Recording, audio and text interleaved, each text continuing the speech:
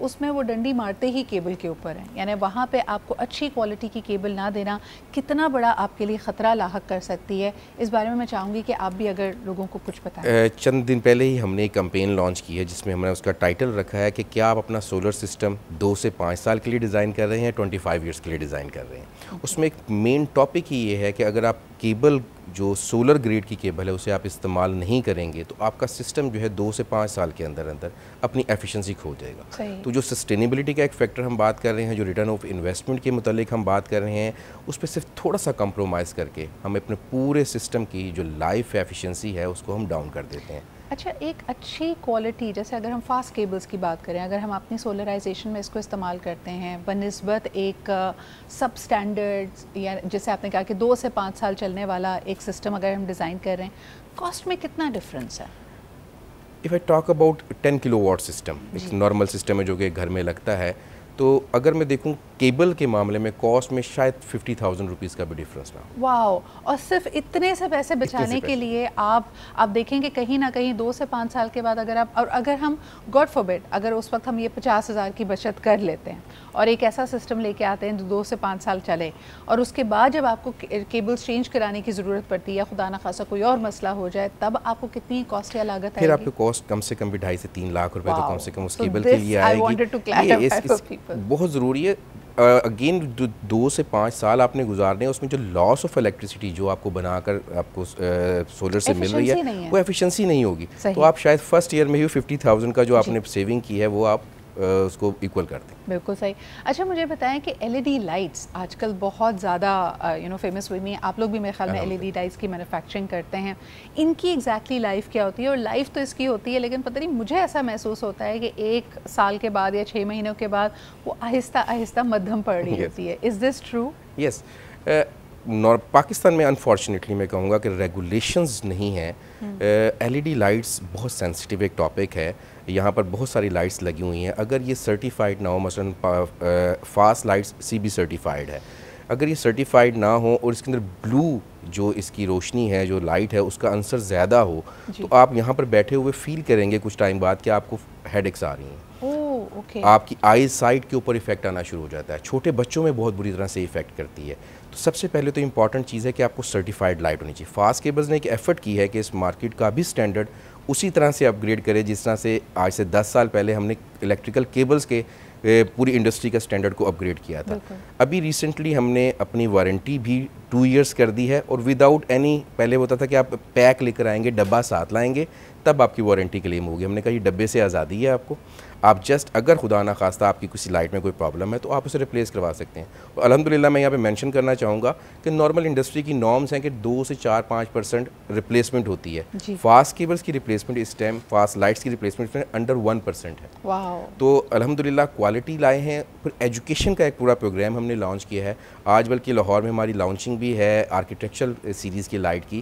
اور اس میں سب سے امپورٹنٹ چیز جو ہم لوگوں کو کہہ رہے ہیں, پلیز اپنے بچوں کی ہیلتھ کا خیال کریں اور اس لائٹس کو اس طرح سے استعمال کریں جیسے کہ ریکمینڈ کیا گیا ہے اور تمام سٹینڈرڈ سے ریپرزینٹ کریں. اچھا, مجھے یہ بتائیے گا, کیونکہ یو دس سبجیکٹ ایکسپرٹ, آپ نے کہا کہ وہ جو بلو لائٹ, ویسے بھی ہم جانتے ہیں کہ کیونکہ ہماری ڈیوائسز سے, ہمارے فون سے بھی یہ بلو لائٹ ایمٹ ہوتی ہے, تو یہ ہماری کی پوری سرکیڈین ردم کو افیکٹ کرتی ہے, ہمیں نیند نہیں آتی ہے, ہمارا برین ایکٹیویٹ ہو جاتا ہے. کیا یہی وجوہات ہیں کہ نہ جانتے ہوئے سب کانشیسلی ہم اپنے ذہن پہ بہت زیادہ دباؤ محسوس کرتے ہیں ان سب سٹینڈرڈ لائٹس کی وجہ سے؟ بالکل ایسے ہی ہے. جب ہم اپنا میکسیمم ٹائم جو خاص طور پہ ہم کام کرتے ہیں لوگ یا بچے جو ہیں اسکول میں ہوتے ہیں یا گھر میں ہوتے ہیں تو انڈر دا لائٹس ہوتے ہیں.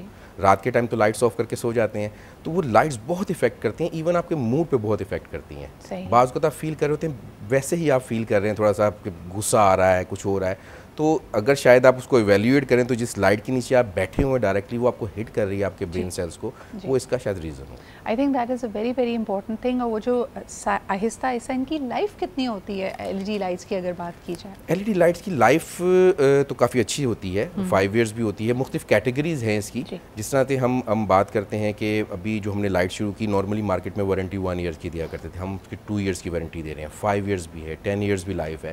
مختلف کیٹیگریز ہیں تاکہ اس کے مطابق اس کو یوز کیا جاتا ہے. اچھا عثمان صاحب، ایک چیز یہ ہوتی ہے نا کہ جب ہم انفلیشن دیکھ رہے ہیں، جب لوگوں کے لیے خرچے پورے کرنا مشکل ہے، تو میرے خیال میں ہیلتھ اور اس طرح کی کنسرنز بہت پیچھے چلی جاتی ہے، ترجیحات میں شامل نہیں رہتی. لیکن یہ آگہی بہت ضروری ہے کہ آپ اپنے اوپر اگر 1 روپیہ بھی خرچ کر رہے ہیں، اپنے گھر میں لانے والی کوئی بھی چیز آپ لے کے آ رہے ہیں، تو اس وقت آپ سمجھیں کہ دراصل اس کا کیا امپیکٹ آپ کی ہیلتھ پہ اور پورے خاندان پہ ہوگا. ایک آخری سوال کرنا چاہوں گی، لوگوں کی جو پریفرنسز ہوتی ہیں تھوڑا سا اس کے بارے میں بتائیے گا. کچھ لوگوں کو یہ تھوڑی سی پیلی لائٹ پسند ہوتی ہے، کچھ سفید لائٹ کو زیادہ پسند کرتے ہیں.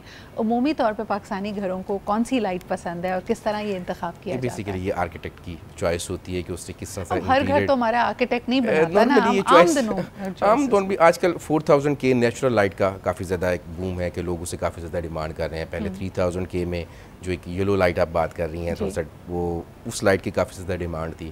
آج کل 6500 کیلوین کی لائٹ کی کافی ڈیمانڈ ہے جو کہ نیچرل لائٹ کہلاتی ہے.